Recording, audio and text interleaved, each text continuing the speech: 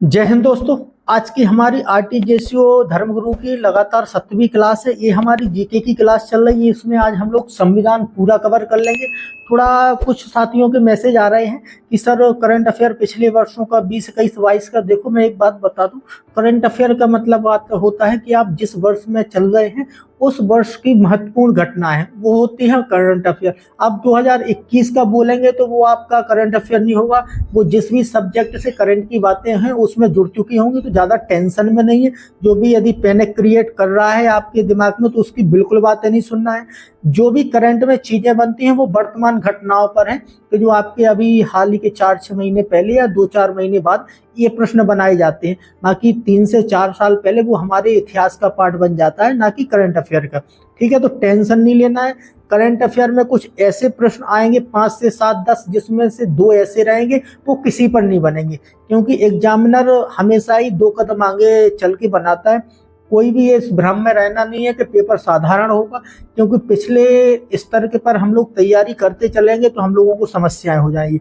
उससे भी हम लोगों को 2 कदम आगे चल के तैयारी करना है। इसलिए मैं अपने स्वयं के हिसाब से तैयार किया हूँ प्रश्न। वो आप जिस भी टॉपिक में जो भी पढ़ाए हूँ उससे आप स्वयं से भी कुछ प्रैक्टिस करेंगे। इसमें कुछ 1-2 चीज़ें यदि दिमाग से निकल भी गई हो तो वो फिर आप जोड़ सकते हैं, तो हमारी भी जो फैक्ट है वो आपको याद आ जाएंगे, वो भी आप चीज़ें जोड़ सकते हो। ठीक है, बिल्कुल टेंशन नहीं लेना है आपकी। आज से अब मैं आपको पीडीएफ में आंसर भी उपलब्ध करवाऊंगा, क्योंकि मैं पिछले आप लोगों को नहीं बना पाया था। उस थोड़ी शुरुआत की उसमें पीडीएफ थी, इसलिए आंसर नहीं जोड़ पाया था। तो आज आप लोगों को आंसर भी मिलेगा। बाकी कोई टेंशन नहीं है। अब एक दिन में हमारी सारी और जो जो टॉपिक मैंने कवर करवाए हैं उससे जुड़ते हुए आपको अध्ययन जरूर करना है। ठीक है, शुरुआत करते हैं हम लोग जल्दी जल्दी। पूना पैक्ट क्या है, इसमें थोड़ा स्पेस की कमी है। पूना पैक्ट आपका जो 1932 में हुआ वो निम्न वर्गों की आरक्षण सहित संयुक्त निर्वाचन। अभी एक हमारा पार्लियामेंटो सुधार से जो मुस्लिमों को पृथक निर्वाचन की शुरुआत हुई थी, यहाँ से जुड़ता है। तो गांधी जी यहाँ खफाते यदि अभी मुस्लिमों का पृथक निर्वाचन किया जा रहा है फिर दलितों का हो जाएगा तो इससे हमारा देश खंडित हो जाएगा। अखंडता और एकता जो भी हमने प्रयास किया है 1915-16 से, वो हमारा सारा खत्म हो जाएगा। तो ये फिर अंबेडकर जी के साथ गांधी जी ने समझौता किया था। जल्दी जल्दी देखेंगे। रेगुलेटिंग एक्ट हमारा 1773। अब हमारा ब्रिटेन संसद कंपनी के माध्यम से अब हमारे यहाँ पर नियम लागू शुरुआत हो जाती है। अगला पार्लियामेंटो सुधार ये 1909 में यही है, किससे संबंधित है, मुस्लिमों को पृथक निर्वाचन से। ये मुझे पूछने की संभावना लग रही है।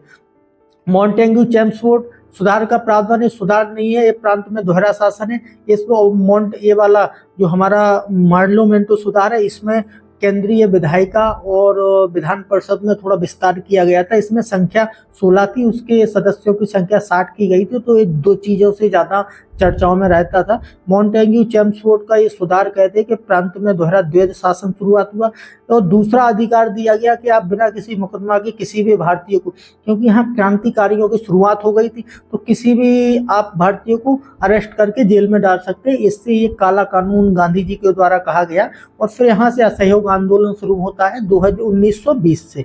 ठीक है, इतिहास और संविधान दोनों जुड़ते हैं यहाँ। कैबिनेट मिशन भारत कब आया ये सभी को पता है, 1946 को। यहाँ पाकिस्तान की स्वीकृति। भारतीय को सार्वभौमिक सत्ता सौंपने की योजना किस नाम से जानी जाती है, ये माउंटबेटन योजना। ये मैंने कल भी एक प्रश्न आपको पढ़ाया था। पार्लियामेंटो वो अखिल भारतीय महासंघ स्थापित करने का प्रावधान शामिल है भारत सरकार अधिनियम 1935 में। सबसे ज्यादा जो प्रभाव हमारे भारतीय संविधान पर है, यदि ऐसा प्रश्न बनता है तो भारत सरकार अधिनियम 1935। इससे सबसे ज्यादा जितने भी व्यवस्था या कानून हैं, जितने भी हमारे प्रावधान है, सब इसी से लिए गए हैं। अब इसमें मैं बार बार नहीं बताऊंगा।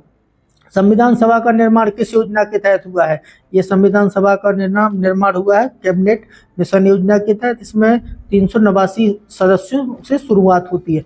मुस्लिम लीग किस कारण संविधान सभा का बहिष्कार किया, आप लोग मुसलमानों के लिए अलग संविधान बनाना चाहते थे, इसलिए इन लोगों ने कर दिया। संविधान सभा का प्रथम अधिवेशन ये दिल्ली में हुआ है, लेकिन जो कांग्रेस का प्रथम अधिवेशन वो मुंबई में हुआ था। दोनों चीजें अलग अलग हैं। ठीक है, संविधान सभा के अस्थायी अध्यक्ष के रूप में चुने गए कौन, सच्चिदानंद सिन्हा जी। ठीक है, संविधान सभा के अस्थायी अध्यक्ष कौन होंगे, राजेंद्र प्रसाद। संविधान सभा का प्रथम सत्र कब शुरू हुआ? ये हुआ हमारा 9 दिसंबर 1946। 13 दिसंबर 1946 को उद्देश्य का प्रस्ताव प्रस्तुत किया जाएगा, जिसको संविधान की प्रस्तावना कहते हैं। प्रस्तावना को मूल आत्मा भी कहते हैं। सभी पहलुओं पर अध्ययन हेतु संविधान में कितनी समितियां नियुक्त की थी? ये की थी 13 समितियां। ठीक है। संविधान सभा के सभी निर्णय किस आधार पर? ये सहमति और समायोजन के आधार पर, क्योंकि वहां पर कोई बहुमत का तो सिस्टम था नहीं है, यहाँ पर सहमति के साथ बैठे थे सभी लोग। अगला प्रश्न, संविधान की आत्मा का आधार कहा जाता है उद्देश्य प्रस्ताव को। ये देखो 13 दिसंबर 1947, 22 जनवरी को ये अंगीकृत किया गया था। ये गलत हो गया है थोड़ा, ये 1946 ही है। 13 दिसंबर 1946 और 22 जनवरी 1947 को ये अंगीकृत कर लिया गया था। राष्ट्रीय ध्वज को कब अपनाया गया? ये 26 जनवरी 1950 और 22 जुलाई 1947 को अपना लिया गया। यहाँ पर हम लोग औपचारिक रूप से अपना लेंगे। ठीक है। अगला हमारा, देखो मैं कुछ बातें बता दूं। जब 26 नवंबर 1947 को हमारा भारत देश आजाद हुआ, 26 नवंबर को हम लोगों ने अंगीकृत कर लिया 1949 को, लेकिन 50 में जनवरी में ये लागू हुआ। तो इसका मतलब एक 395 एक आर्टिकल है, उसमें ये कहा गया है कि जो भी जरूरत के प्रावधान, नियम, कानून वो आज ही से लागू है, जब से बन गए हैं। ये नहीं है कि हमारा 26 जनवरी 1950 को जब हम लोग अंगीकृत करेंगे लागू होगा जब ही माना जाएगा। ये जब यदि हम लोगों ने 46 में कोई प्रावधान बनाया है, 47 में हम लोग आज़ाद हो गए हैं, और उसी दिन से 1947 से वो जरूरत के प्रावधान लागू हो गए थे। ये थोड़ा दिमाग में बैठा लेना है बात। संविधान सभा ने संविधान को अंतिम रूप किस दिन पारित किया? तो अंतिम रूप अब ये तो 1950 को ही पारित होना है। ये हमारा ऑप्शन 26 नवंबर 1949 को संविधान सभा ने संविधान को अंतिम रूप से किस दिन पारित किया? हाँ, ये अंतिम रूप से 26 नवंबर 1949 को। संविधान सभा की अंतिम बैठक, ये बैठक पहुंच जाएगी हमारी 24 जनवरी 1950। यहाँ पर राष्ट्रपति चुन लिए गए थे। ठीक है। संविधान में कितनी अनुच्छेद और अनुसूचियां? सबको पता है 395 अनुच्छेद और 8 अनुसूचियां थी मूल में, अब हो गए 448 और 12 अनुसूचियां। ठीक है। अगला प्रश्न, संविधान बनने में लगा समय 2 वर्ष 11 माह या 18 दिन। ये प्रश्न बनने की संभावना बन सकती है। भारतीय संविधान लागू हुआ 26 जनवरी 50 को। 26 जनवरी को संविधान क्यों लागू किया गया? लाहौर अधिवेशन 1929। ये थोड़ा ये इतिहास का बन रहा है प्रश्न इसका, तो आप लोगों से इसमें हो सकती है चर्चाएं इतिहास के कारण। 26 जनवरी लाहौर अधिवेशन 1929 हुआ था। ये हमारे जवाहरलाल नेहरू जी ने अध्यक्ष की पूर्ण स्वराज की घोषणा। फिर 26 जनवरी 1930 को स्वतंत्रता दिवस के रूप में मनाया गया था। ये गणतंत्र है हमारा, लेकिन स्वतंत्रता दिवस के रूप में 30 को मना लिया गया था। ठीक है। भारत के चिन्ह को किस दिन अपनाया गया? ये अब 26 जनवरी 50 को ही अपनाएंगे सबको। हमारा संविधान सभा की उद्देश्य का प्रस्तावना का मसौदा जवाहरलाल नेहरू जी तैयार करेंगे। संविधान सभा की पहली महिला अध्यक्ष ये विजय लक्ष्मी पंडित। कल मैंने जो बताया था वो कांग्रेस की बताया था, वो बताया था एनी बेसेंट। और भारत की कांग्रेस की प्रथम वो बताया था सरोजनी नायडू। विजय लक्ष्मी पंडित थी संविधान सभा की पहली महिला अध्यक्ष। 15 महिलाएं संविधान सभा में भाग लिए गई थी।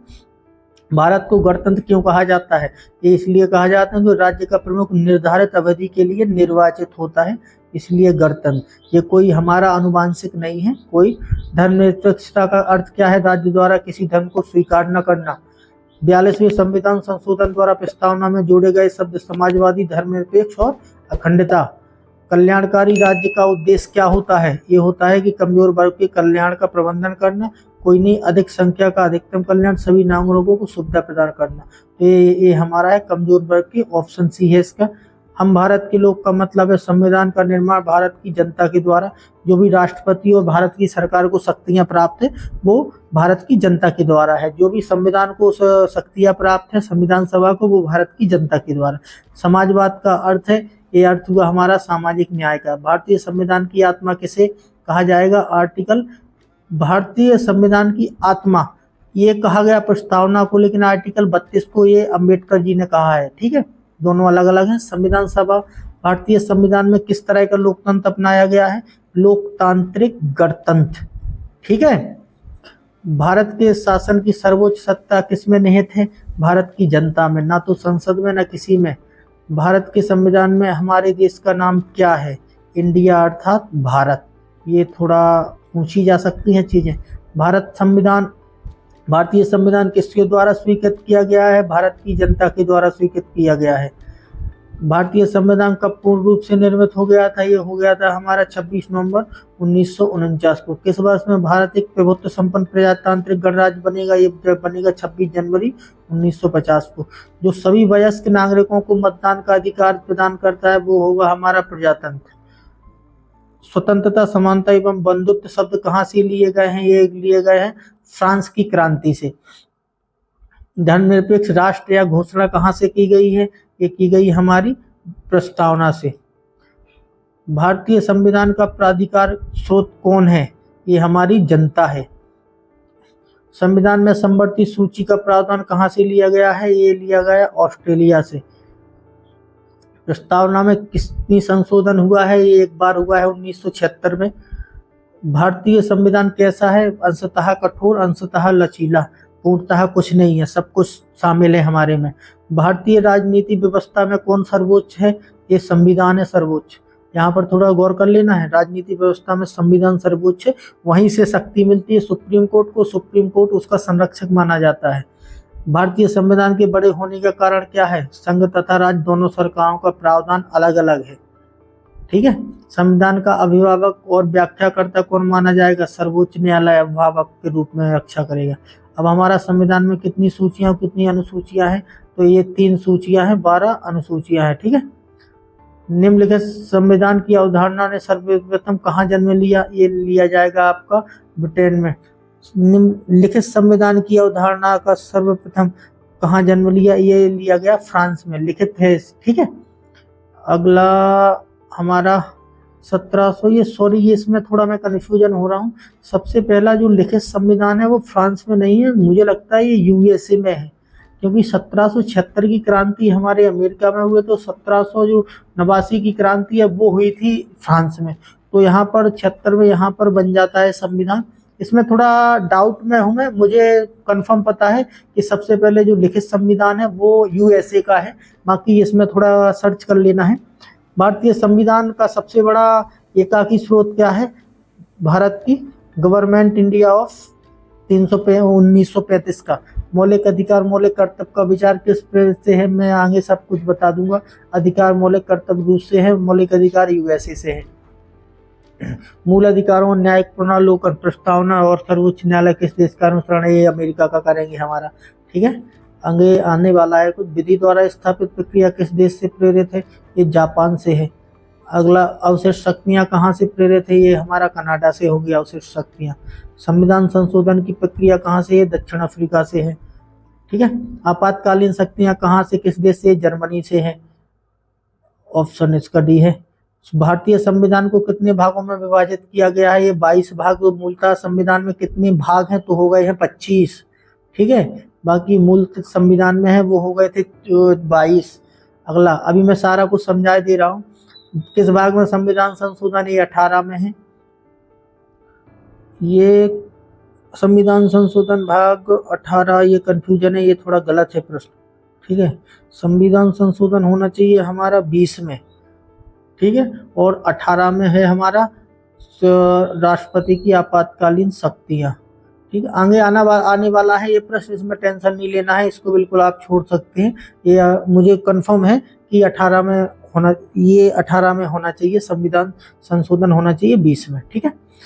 22, ये हाँ वही तो मैं बोलूँ कि ये आंसर डायरेक्ट कैसे आ गया। संविधान संशोधन प्रक्रिया किस में शामिल है? ये ऑप्शन इसका डी है, भाग 20 में है। वो थोड़ा दूर डिस्टेंस की वजह से हो गया। आपातकालीन प्रावधान ये हमारे भाग 18 में है। अगला प्रश्न हमारा राष्ट्रपति और संसद। अब यहाँ से थोड़ा आप लोग समझ लेंगे, राष्ट्रपति और संसद में संघ की व्यवस्थापिका को किस नाम से जानेंगे हम लोग जानेंगे इसको संसद से। अगला प्रश्न हमारा भारतीय संसद के 3 अंग हैं। राज्यसभा को कहा जाता है, सभी हैं इसमें। अगला प्रश्न हमारा लोकसभा को कहा जाता है, इसमें भी सभी हैं। अगला प्रश्न संसद को भंग करने के लिए राष्ट्रपति केवल निम्न सदन को। भारतीय संसद की संप्रभुता किससे प्रतिबंधित है? ये न्यायिक समीक्षा से। ये अमेरिका के बराबर लिया गया। संसद के कितने सत्र होते हैं? संविधान में 3 सत्र हैं, यदि ऐसा आ जाए, बाकी एक विशेष सत्र होता है, लेकिन इसको संविधान में वर्णित नहीं किया है। लेकिन आपको जानकारी के लिए ये बताया गया, संसद के दोनों सदनों की संयुक्त बैठक 108 आर्टिकल से है, साधारण विधेयक के प्रति गतिरोध पैदा हो जाए। कौन सी सभ्यता संसदीय प्रणाली को भारत की देन है? इस शून्यकाल है। अस्थायी संसद भारत में कब तक अस्तित्व में रही? ये हमारी 17 अप्रैल 1952 तक। भारत में कार्यपालिका का अध्यक्ष कौन होता है? ये राष्ट्रपति होता है। अगला हमारा, राष्ट्रपति पद के निर्वाचन हेतु कौन सी पद्धति अपनाई जाती है?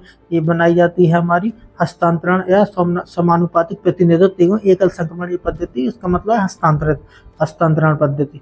ठीक है। राष्ट्रपति पद के चुनाव संबंधी विवाद उच्च न्यायालय देखेगा। राष्ट्रपति पद के उम्मीदवारों को चुनाव प्रचार हेतु 2 हफ्तों का समय मिलेगा।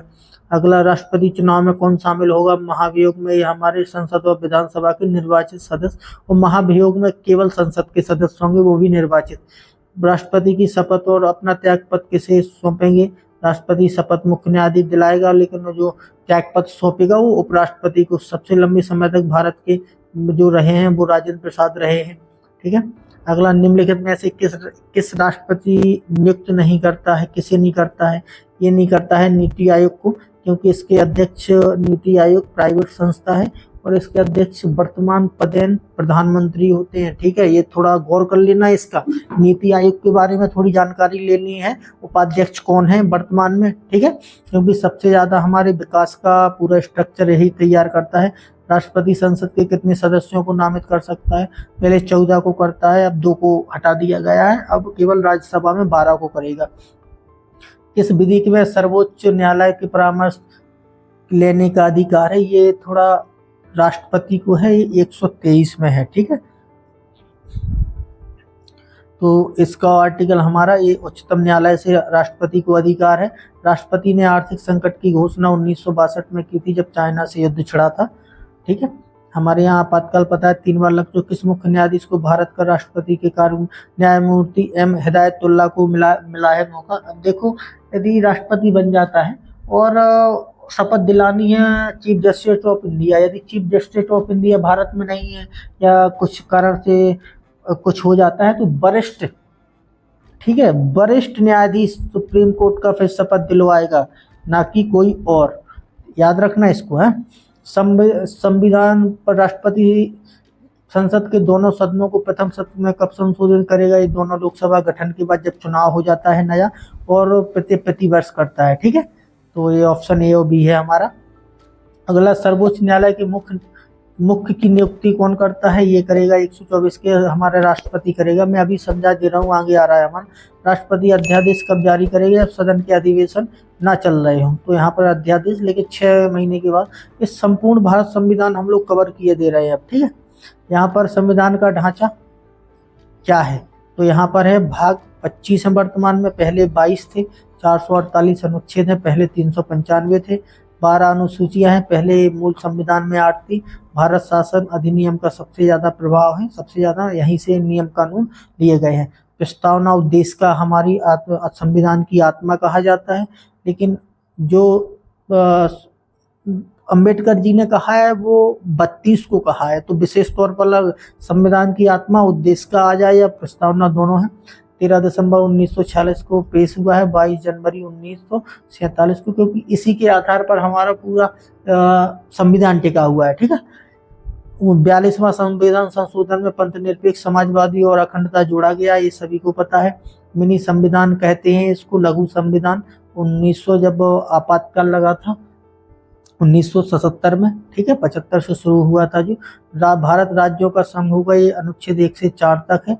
हमारा कनाडा से प्रभावित है संघ की जितनी भी हमारी प्रक्रिया है। नागरिकता अनुच्छेद 5 से 12 तक है। मौलिक अधिकार भाग 3 में है, ये नागरिकता भाग 2 में है। ठीक है, मौलिक अधिकार अनुच्छेद 13 से लेकर 35 तक है, ये 12 नहीं है, 13 है। 13 से लेकर 35 तक है। प्रभाव अमेरिका से है, न्यायालय के द्वारा प्रवर्तनीय है, ये गारंटेड वाले हैं मौलिक अधिकार। ठीक है, बाकी कुछ नहीं है। 6 मूल अधिकार हैं, पहले 7 थे, ये याद रखें। आर्टिकल 32 को संविधान का हृदय और आत्मा कहा है किसने? अंबेडकर जी ने। सशस्त्र बल संबंधित प्रावधान किसमें है? इसी में मौलिक अधिकार भाग 3 में है। 33, 34, 35 है, 3 है, ठीक है। भाग डीपीएसपी है, राज्य के नीति निर्देशक तक 36 से 51 तक है। इसको थोड़ा आयरलैंड से प्रभावित है। राज्य का कर्तव्य होगा कि भाग 4 में दिए गए उपबंध लागू किए जाएं। ये केवल कर्तव्य है, जबरदस्ती कोई नहीं है, बाकी अधिकार आपको लागू करने पड़ेंगे, करने का प्रयास करेगा, ठीक है। प्रवर्तनीय नहीं है कि आप न्यायालय नहीं पहुंच सकते हैं कि ये हमारा अधिकार का हनन है, आप लागू करवाओ, बिल्कुल नहीं करवाएंगे। अनुच्छेद 50 में संसद और सुप्रीम कोर्ट को अलग अलग किया गया है, किसमें, अब यहाँ याद रख लेना है, डीपीएसपी में तो न्यायपालिका और कार्यपालिका को दोनों को शक्तियों का अलग बंटवारा है। भाग 4 ये जो जोड़ा गया था, अब यहाँ पर देख लेना है, ये हमारा 22 से 23 हो गया। 4A मौलिक कर्तव्य जुड़े हैं इसमें। जब 42वां संविधान संशोधन था 1976, जब 10 जोड़े गए थे, तो 86वां संविधान संशोधन 2002 में हुआ है। इसमें राइट टू एजुकेशन, वो राइट टू एजुकेशन ये तो अधिनियम है। ये माता पिता का एक कर्तव्य होगा कि अपने बच्चों को 6 से 14 वर्ष के बच्चों को शिक्षा प्रदान करवाई जाए। रूस से प्रभावित है मौलिक कर्तव्य, मुझे ये पूछने का सबसे ज्यादा संभावना लग रही है, क्योंकि पिछली बार हमारे मौलिक अधिकारों पर चर्चा हो गई है। अब भाग 5 है, ये अनुच्छेद 52 से 151 तक है। भाग 5 के राष्ट्रपति आर्टिकल 52 में है कि भारत में राष्ट्रपति को, अब सुन लो इनके बारे में थोड़ी थोड़ी मैं जानकारी बताई दे रहा हूँ। राष्ट्रपति की उम्र होना चाहिए 35। भारत के नागरिक हो, कितने भी बार कोई भी राष्ट्रपति निर्वाचित हो सकता है, इसमें कोई सीमा नहीं है, अधिकतम कोई आयु नहीं है, तो मिनिमम 35 वर्ष है, ये याद रख लेना है, ठीक है। राष्ट्रपति नियुक्त किसको करेगा, सभी मतलब हमारे उच्च न्यायालय के न्यायाधीश को करेगा। दूसरी बात, हमारे जितने भी आयोग हैं, जैसे निर्वाचन आयोग है और जितने भी संवैधानिक आयोग हैं, तो इसको भी वो करेगा, मतलब नियुक्ति करेगा। राज्यपाल को भी नियुक्ति कौन करेगा, राष्ट्रपति ही। हटाएगा कौन, राष्ट्रपति ही। राज्यपाल के लिए मैं कुछ अलग से वहीं पर बात बताऊंगा, ठीक है। कौन, इनकी जो चुनाव है वो अप्रत्यक्ष चुनाव है, या दूसरा है एकल संक्रमणीय प्रतिनिधित्व प्रणाली से चुनाव है। हटाया जाएगा संसद के दोनों उच्च और निम्न सदस्यों के द्वारा जो निर्वाचित है, ना कि मनोनीत है, तो इनके द्वारा महाभियोग के द्वारा हटाया जाएगा, किसको, राष्ट्रपति को, ठीक है। और कोई नहीं हटा पाएगा इनको। उपराष्ट्रपति आर्टिकल 63 में इसका उल्लेख है, अप्रत्यक्ष रूप से इनका चुनाव होगा, लेकिन इनमें केवल संसद के सदस्य भाग लेंगे, ना कि विधानसभा की, यही याद रख लेना है, ठीक है। राष्ट्रपति पदेन सभापति होता है किसका, राज्यसभा का। जितने भी वेतन भत्ते सब कुछ मिलता है वो राज्यसभा के सभापति के तौर पर, ना कि उपराष्ट्रपति के तौर पर। हटाएगा कौन, केवल महाभियोग से हटाया जाएगा राष्ट्रपति को। जो राष्ट्रपति, वो उपराष्ट्रपति को, राष्ट्रपति जो है अभी वर्तमान में आपको पता है कि जो उपराष्ट्रपति है वो जगदीप धनखड़ हैं, और ये ज्यादा विवादों में रहे हैं, इसलिए इनके बारे में थोड़ा आपको अच्छी तरह समझना है। संसद आर्टिकल 19 में है, उच्च और निम्न सदन है। उच्च सदन हमारा परमानेंट है, निम्न सदन लोकसभा है, जो जनता का सदन भी कहते हैं जिसको, लोकसभा को, उसको कभी भी भंग किया जा सकता है।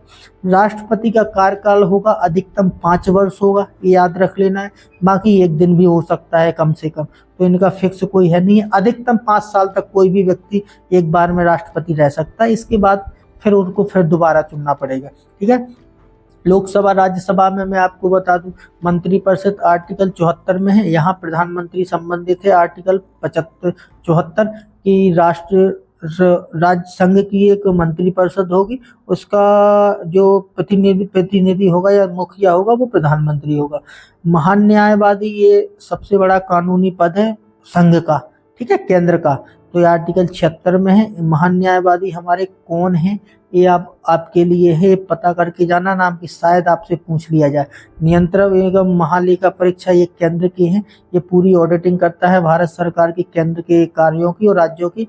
आर्टिकल 148 में दोनों नाम आप लोग याद करेंगे, शायद मुझे लगता है कि पूछने की सबसे ज्यादा संभावना है ये दोनों का, ठीक है। अब यहाँ से हम लोग आगे निकल रहे हैं, मुझे लगता है सब कुछ हो गया है। यहाँ पर हमारा जो राज्यसभा की आयु है वो 30 है, और जो इसकी लोकसभा की आयु है हमारी निर्वाचित होने की वो 25 है। राज्यसभा में 30, राज्यसभा का कार्यकाल 6 वर्ष है, लोकसभा का अधिकतम 5 वर्ष है। इसमें 2 वर्ष में 1/3 सदस्य रिटायर्ड होते रहते हैं, किसमें, राज्यसभा में। तो अब इसमें अब कुछ ज़्यादा समझने की संभावना नहीं है, इसलिए मैंने भाग के तौर पर इसको लिया है। ठीक है, ये इसलिए राज्यों का परिषद कहा जाता है राज्यसभा को। अब 124 आर्टिकल में सुप्रीम कोर्ट का जिक्र है, तो आप लोग अब सुप्रीम कोर्ट देख लेंगे कि इसमें राष्ट्रपति नियुक्ति करेंगे चीफ जस्टिस ऑफ इंडिया की। उनका कार्यकाल होगा केवल 1 वर्ष। इसमें कंफ्यूजन मत नहीं हो जाना है कि फिर 5 वर्ष लगा के आ जाए हमारे साथी। राज्य अनुच्छेद 152 से 237 तक ये हमारा है, राज्य से संबंधित है। राज्यपाल आर्टिकल 133 में इनकी नियुक्ति कौन करेगा? प्रधानमंत्री की सलाह पर। ये अप्रत्यक्ष रूप से सलाहकारी होगी, बाकी राष्ट्रपति करेगा। ठीक है, हटाया कौन जाएगा? इनके लिए कोई महाभियोग नहीं चलाया जाएगा। राष्ट्रपति चाहे तो इनको वापस बुला के हटा सकता है। मैक्सिमम आपका जो कार्यकाल होगा वो 5 वर्ष होगा, बाकी मिनिमम आपका 1 घंटे भी हो सकता है। मुख्यमंत्री और मंत्रिपरिषद, राज्यपाल नियुक्त करेगा मुख्यमंत्री को, किसकी सलाह पर? मंत्रिपरिषद की, कि हमने इसको ऐसा नहीं है कि उसका मन हुआ होगा पुनः कर दिया।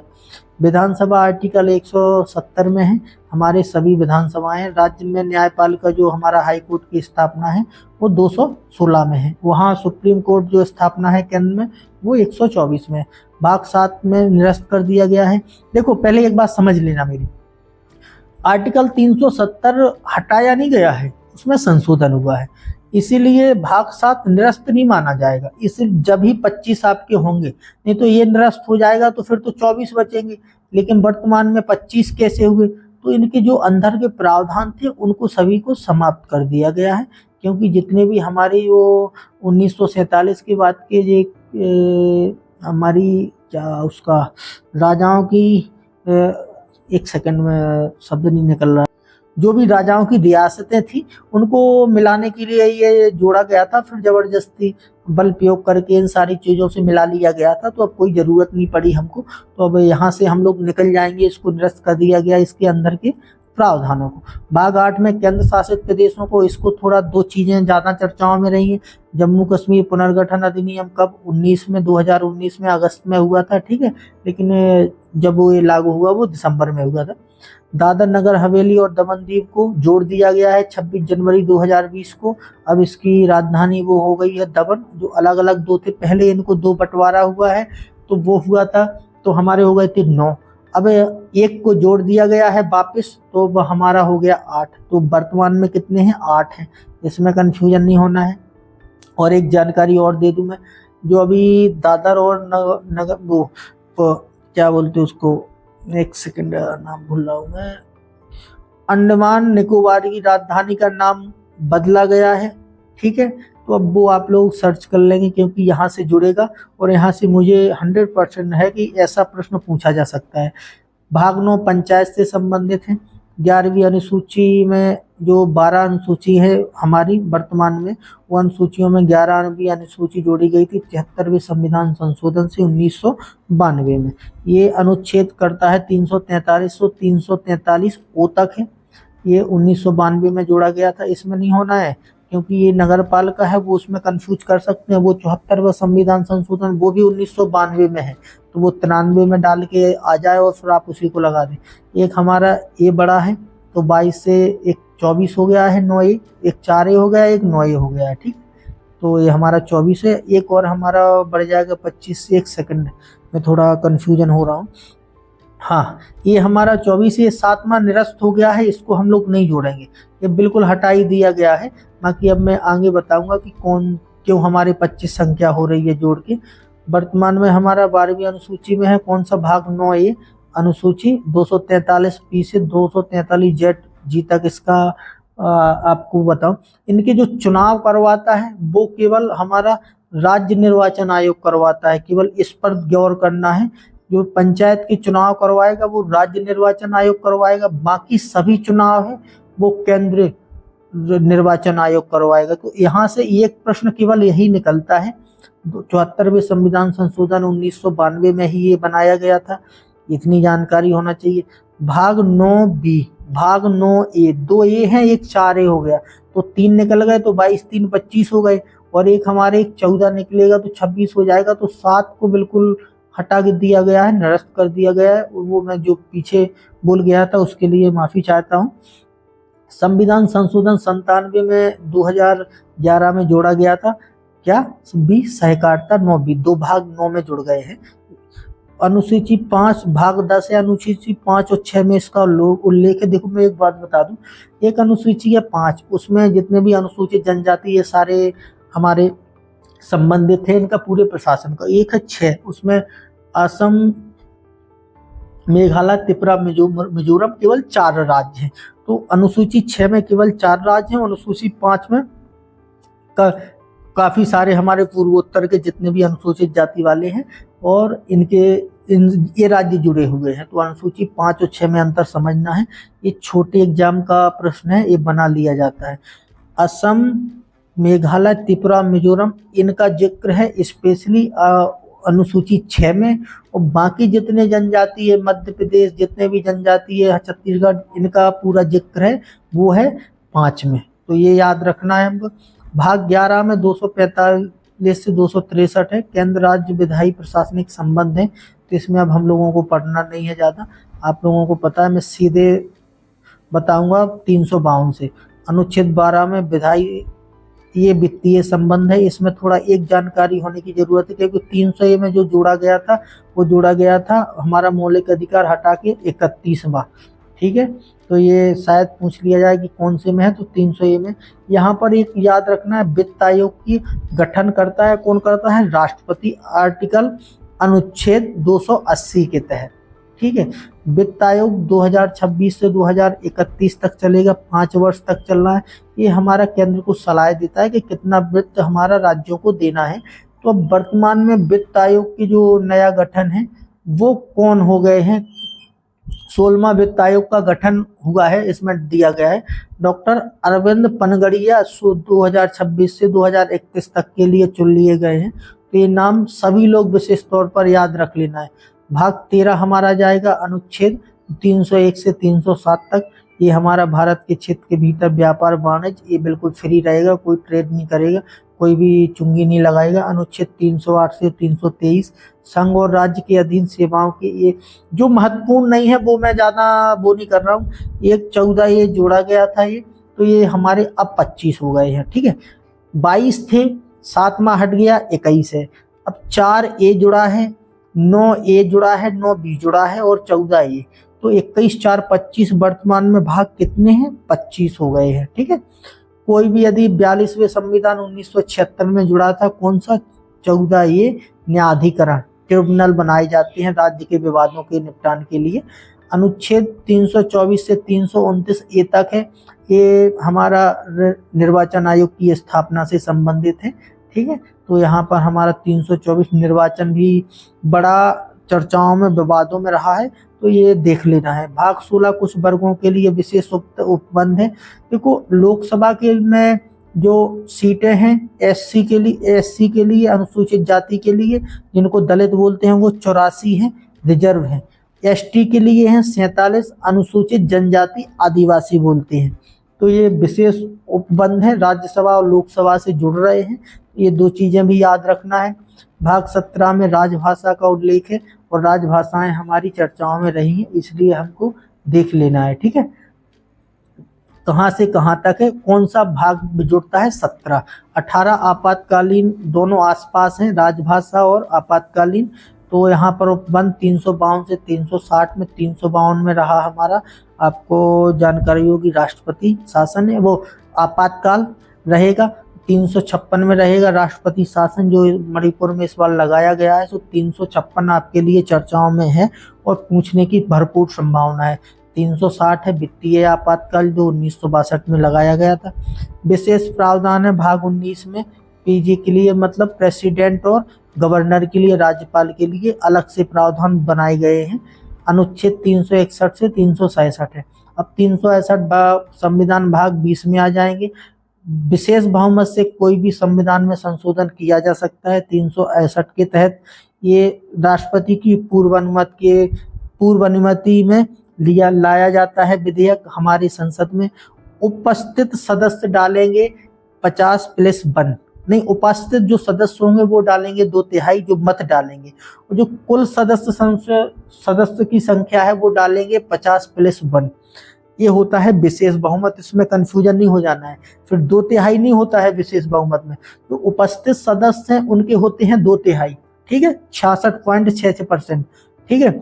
और जो कुल सदस्य उनका होता है 1/2 +1, 50% +1, तो ये होता है विशेष बहुमत। संशोधन किया जा सकता है, लेकिन मूल ढांचे को छोड़कर यदि संशोधन हुआ है और कुछ मूल ढांचा उसमें अतिक्रमण किया गया है तो उसको फिर हमारा सुप्रीम कोर्ट देखेगा।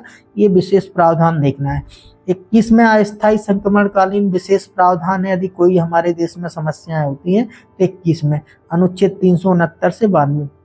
22 में कहा गया है कि संविधान को लागू और नियमों के निरसन से संबंधित है। जितने भी हमारे यहाँ पे कानून लागू है, जितने भी ब्रिटिश कालीन जो भी हैं वो सब अब निरस्त कर दिए गए हैं।